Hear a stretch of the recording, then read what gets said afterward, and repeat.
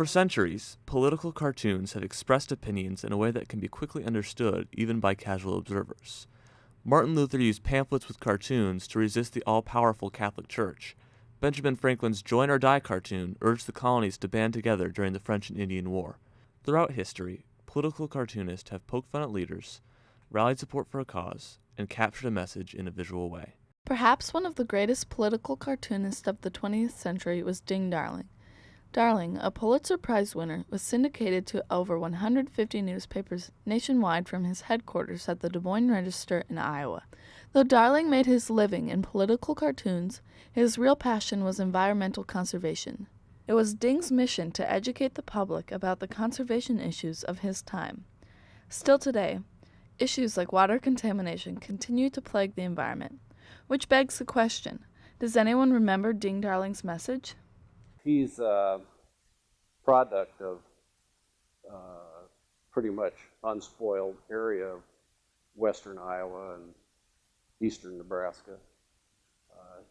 When he was 10 years old, he moved to Sioux City, and from that moment on, I think, considered himself an Iowan. He was raised there, went off to college from there, but in the meantime, he saw and appreciated and spent a lot of time in the great outdoors. He was there at a time when prairie grass grew so tall he could get lost in it, when we had natural potholes that don't even exist anymore, marshes that were endless, and wildlife that seemed to have no limit. And he saw in a generation's time how all that pristine bounty could be spoiled, and it scared the daylights out of him. Darling's concern for the outdoors was part of a growing political movement, conservation. Theodore Roosevelt was the first president to include conservation in his political agenda. Fellow hunters, Darling and Roosevelt saw firsthand how the environment was being sabotaged by a disregard for conservation. Roosevelt set aside more land for national parks than all of his predecessors combined, and Darling reflected his appreciation for Roosevelt in his political cartoons. Roosevelt taught Darling how to use politics in the fight for conservation. Ding had an equally close personal relationship with later President Herbert Hoover. Both Iowans, Hoover and Darling were fast friends. Though they were close friends, they had serious disagreements about Hoover's dam-building projects. Darling found fault with Hoover's dams because they ruined fish habitats and often filled rivers with silt. In 1931, Darling made his first leap into politics by joining the Iowa Fish and Game Commission. Darling's inspiring leadership in the Fish and Game Commission and commitment to conservation made him the perfect candidate for Franklin Roosevelt's Bureau of Biological Survey, later known as the Fish and Wildlife Service. In 1934, Roosevelt appointed Darling as chief of the Biological Survey. Darling's contributions as chief were immense. Without Darling, wildlife refuges would most likely not exist. One of Darling's most publicized contributions to the Biological Survey was the Duck Stamp Act. The purpose of this act was to generate money for conserving wetlands. It requires that all hunters of migratory waterfowl purchase a duck stamp. Not only did Darling lobby for the act, he also designed the original duck stamp. The stamp is one of Darling's best recognized works, and is a collector's item worth as much as $900. He expanded the National Wildlife Refuge system and made it a network of refuges worthy of the name, and set up the means through the duck stamp to see to it that that fragile habitat was protected. If that had not happened when it happened, and that was in the 30s, we're coming upon a century ago. I mean, it's 3/4 of a century now. I just dread to think, what would not be there and what would be condominiums instead.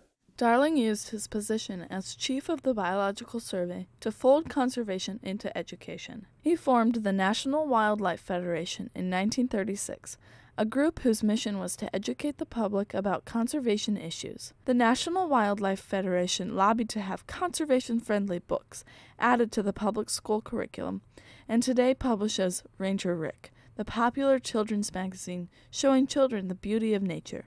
Conservation education was important to Darling because he believed that conservation affected every aspect of our lives. He stated, "All are taught in a manner equally oblivious of the fact that conservation of natural resources is a major factor in our national economy, standards of living, industry, international relations, and finally, peace and wars." On a trip to Florida in 1935, Darling visited the Sanibel and Captiva Islands off the coast of Fort Myers, Florida, where he immediately fell in love with the island's undeveloped beauty. When development began on the islands, Darling led a group that was intent on conserving the island's unique ecology. They built a causeway over to the island. He fought that tooth and nail. He thought it was going to be the ruination of Sanibel and Captiva. And as soon as the causeway was built, of course, development began. And Darling and some friends realized that that was a very unusual parcel of land that needed to be conserved. So he was a good lobbyist. He was a good politician. And somehow or other, I'm still not quite sure how it worked out, the land was sold for $1 an acre to a conservation group that he put together. And they bought up more and more land and set it aside. And it eventually became a national wildlife refuge. And after Darling died, it was dedicated in his name, the J.N. Ding Darling National Wildlife Refuge on Sanibel. Darling was able to protect the pristine waters surrounding Sanibel. However, his home state of Iowa did not fare as well. Today, Iowa's waters are some of the most nutrient polluted in the U.S. The largest water quality problem that we have in the state of Iowa really is runoff pollution from our agricultural land. And so any runoff that goes into the rivers in Iowa often ends up in coming out of someone's tap. The runoff pollution from agriculture is worse in Iowa and more pervasive across the state than any other state in the country. I spend a little of my time spreading the gospel of J. Darling. He is quickly being forgotten. And he wouldn't object to that, mind you. But the things he stood for are tremendously important. And we do have spokespersons in this country now who are capable and willing to stand up, but they're being labeled tree huggers and yahoos and crazies and all the rest. And there are some of them out there, of course. But common sense conservation, serves us all. I think Darling would argue, if he were here today, since September 11th, 2001, I think he would say the #1 security issue in this country is conservation. I really believe he would.